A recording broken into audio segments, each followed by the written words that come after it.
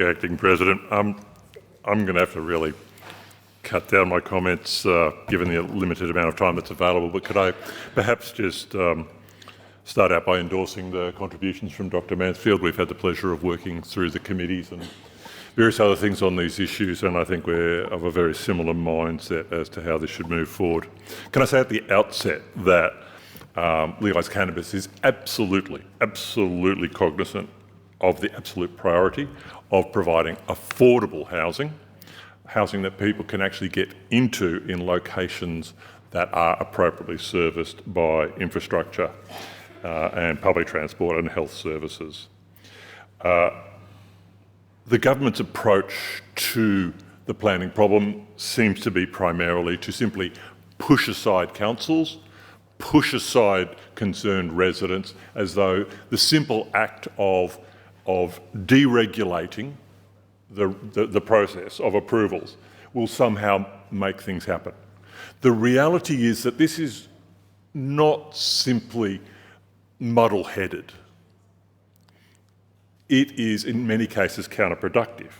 So Mr Batchelor talks about the huge growth of townhouse applications.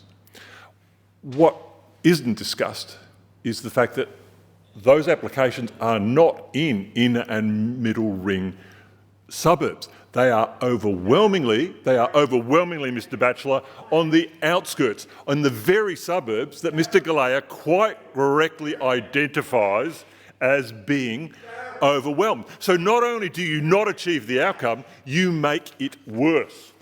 Now, yes, I have read the motion. Thank you for that good share. So the reality is that what we have seen is a range of amendments that basically serve to undermine public safety, environmental standards, the removal of planners are precluded from taking into account floodplains under the legislation that came through last year, as Mr Batchelor is aware. So what we are seeing is a situation where the government will not recognise the flaws in this legislation and instead simply reduces this down to a NIMBYs versus YIMBYs debate. All nuance is stripped out of the discussion, and it is simply, and look, I'm not suggesting that one side or the other is better, to be honest. It's deeply frustrating that we do not seem to be able to have a sensible discussion about population. We do not have a sensible discussion about growth.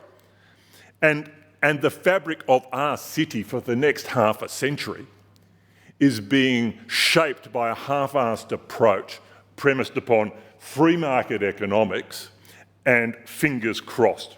Now, at the same time, I am very disturbed that there is a perception that has been given to the community that we can simply pass this disallowance motion and it's all over Red Rover, the problem's fixed. And manifestly that is wrong and that is inadequate, and I think it is gratuitous and incorrect to tell the community that that is the way forward.